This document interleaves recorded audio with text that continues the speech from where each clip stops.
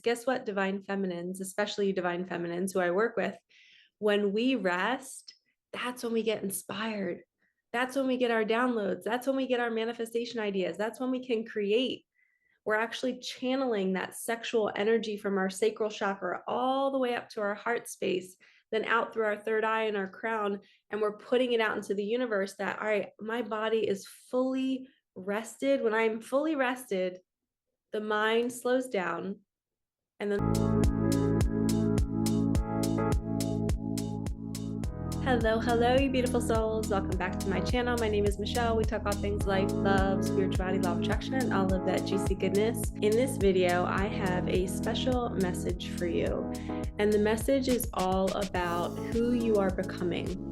So there's a version of you that's deep within you, right? That's underneath all the trauma, all the wounding, all of the beliefs, all of the unconscious patterns that you've been living from. There's this version deep down inside of you that is wanting to come out. And he or she is wanting to express themselves. They're wanting to wear whatever the heck they want to wear without judgment of others. They want to say whatever they want to say. They don't want to feel restricted anymore. We are living in a time, especially this fall season in 2024, where we're being called to just be our complete, most authentic version of ourselves. We're being moved to other people who are actually living that embodiment. So if you're being called to go to certain places, to hang out with new people, go there. That is where that version of you can be themselves. They can finally come out, right? And yes, it might be really rewarding to start accessing that version of you in front of other people that don't accept him or her. And you're doing it in a way where you're like, I can be myself anywhere. That's great too. But you also want to protect your inner child. You want to make sure you open up that version of you around people that are cheering you on and supporting you and encouraging you, because you might have a little bit of shaky legs. I just had a vision of a little baby deer and they're just learning how to walk, right? And we are awakening on this journey and we're taking these new steps that we've never taken. We're saying no to people. We're setting boundaries. We're becoming aware of, wow, my parents, didn't really treat me that well. And I was under this conditioning that they were great and they were amazing, but they actually gave me breadcrumbs. And it's really hard to have these awarenesses. And when you have other people with you to hold the ground for you and to say, hey, it's okay, I've been there too. We love you. And it's okay to uncover these experiences that your inner child went through. And we're going to hold him or her as well. But we don't have to live from that space, right? We can be that inner version of us that's been dying to come out, that is whole, that is happy, that is excited to live life. And they're not coming from a place of, whoa, this is me. This is what happened to me. They're coming from joy. Right? So that deep version of you, I believe it holds our joy. It holds our true unconditional love. It holds our peace. You being able to sit there and enjoy a sunrise or a sunset, that can be really hard for somebody who is compounded with all of these worries and fears and traumas and wounding because they can't think clearly. Their ego is telling them a story that, oh, don't waste your time watching a sunset. We have to get home and do the laundry. Because if we don't do the laundry, then we won't be loved by our so-called loved ones, aka performing for your parents as a kid. So you have this deep loop inside of you that's endlessly doing things to be loved by this fictitious thing out there that doesn't exist. We have to reparent ourselves and say the laundry will get done when it's meant to get done. I'm going to sit and enjoy this sunrise or sunset because I deserve it. And that's the version of you that's starting to come out. So if you're feeling that call recently to just start stopping all of your patterns and stop putting pressure on yourself and to go hang out and to go enjoy, when you're out there in life, living life and enjoying it, I want you to remember that you're exactly where you're meant to be. And there's nothing that needs to be done at that moment other than you having fun. Okay, so the mind will kick in and say, we shouldn't be doing this. Oh, it's been 2 hours. We got to get home and get things done. Resist that voice and keep having fun and trust that the universe, your guides and angels they'll make you want to go back home in a good and healthy and calm way, not in a panic. And they'll move you to go do the things that really need to get done. I was on a drive this morning and I was thinking about that on my journey. I remember going through that deconstruction of my ego that used to tell me, it's Michelle, you shouldn't be on a morning drive right now. You should be going home and like building your business and doing things. Like I would never let myself rest. I was always thinking I had to be doing something for my business. or always thinking I had to be doing something for my teaching job and creating things for the kids and writing them all post-it notes and buying them all gifts. It was just endless. I just kept doing.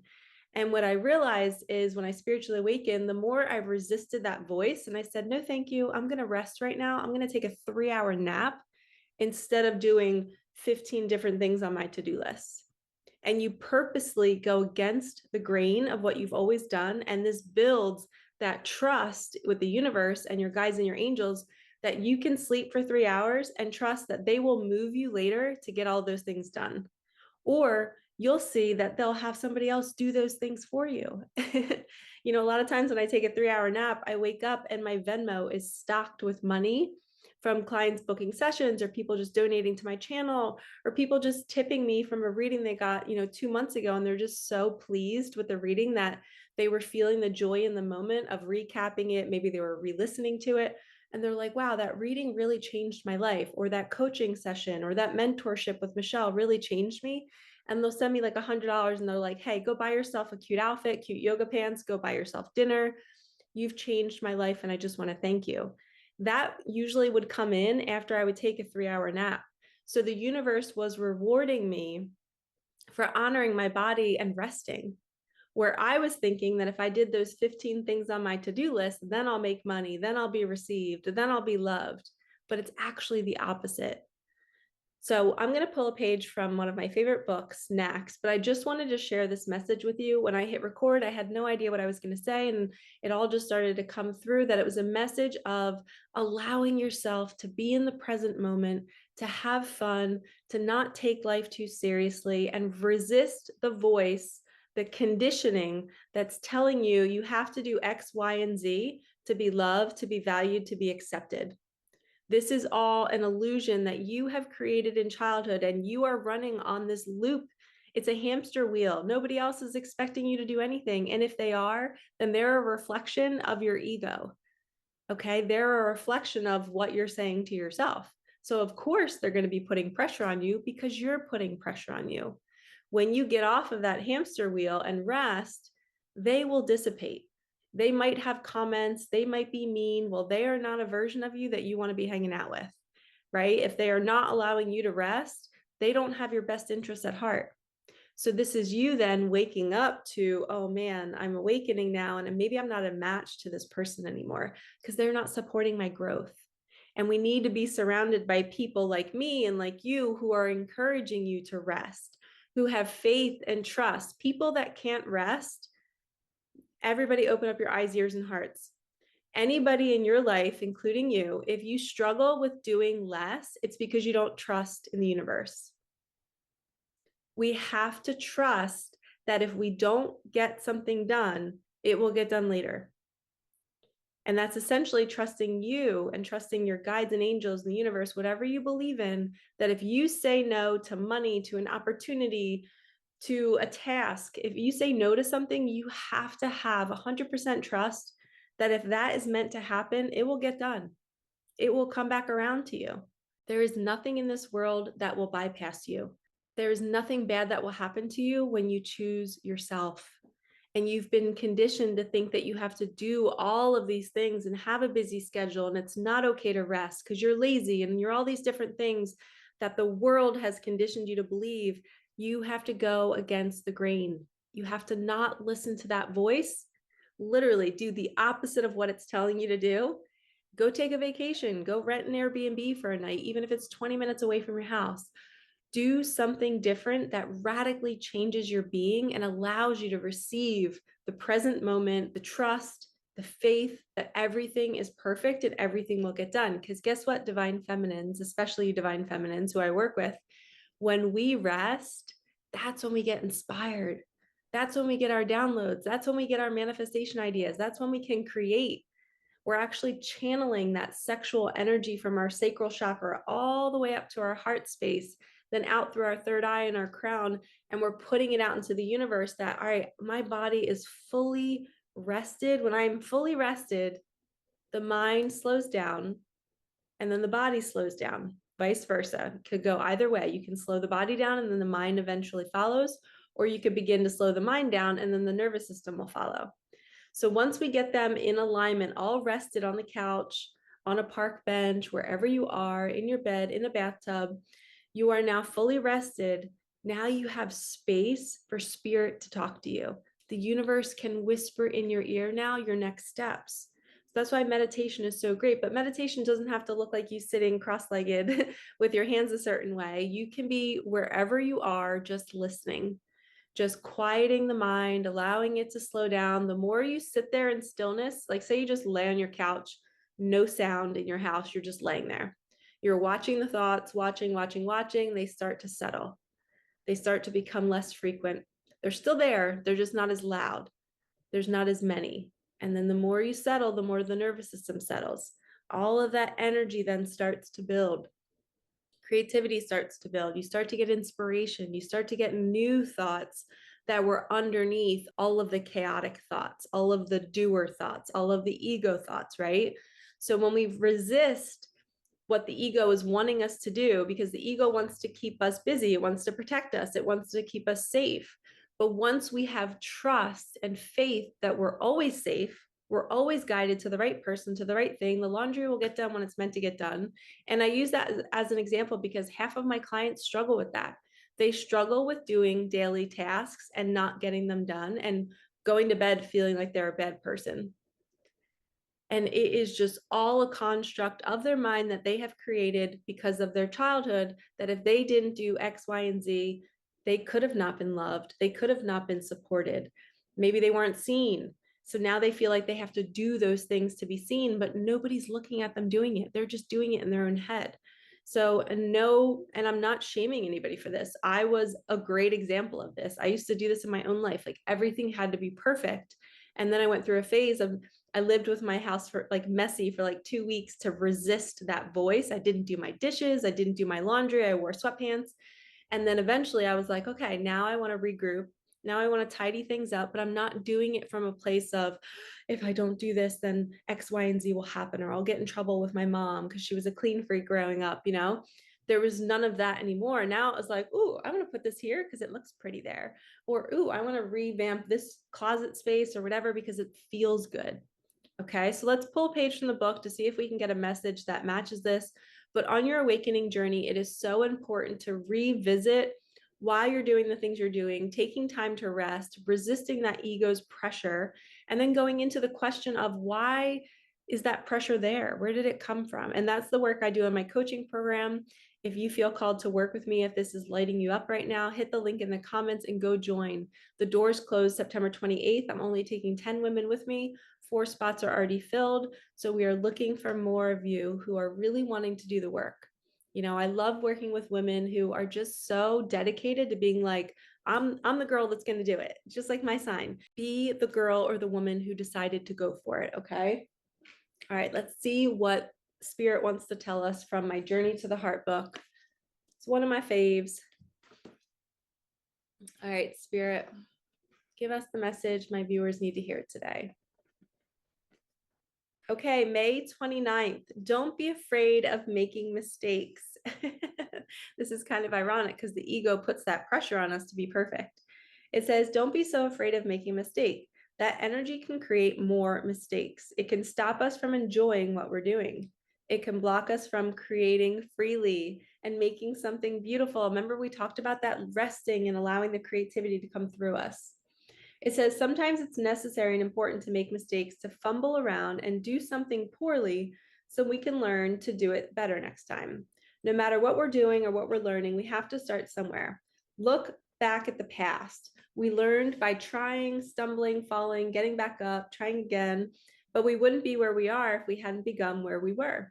Jump in, begin, and do the task as best you can. Stop worrying about mistakes and let yourself do it as well as you can right now. If you do it wrong or poorly, you can do it over again. And when you do it in an attitude of love, you won't fail. You'll learn something new about yourself, life, and the task.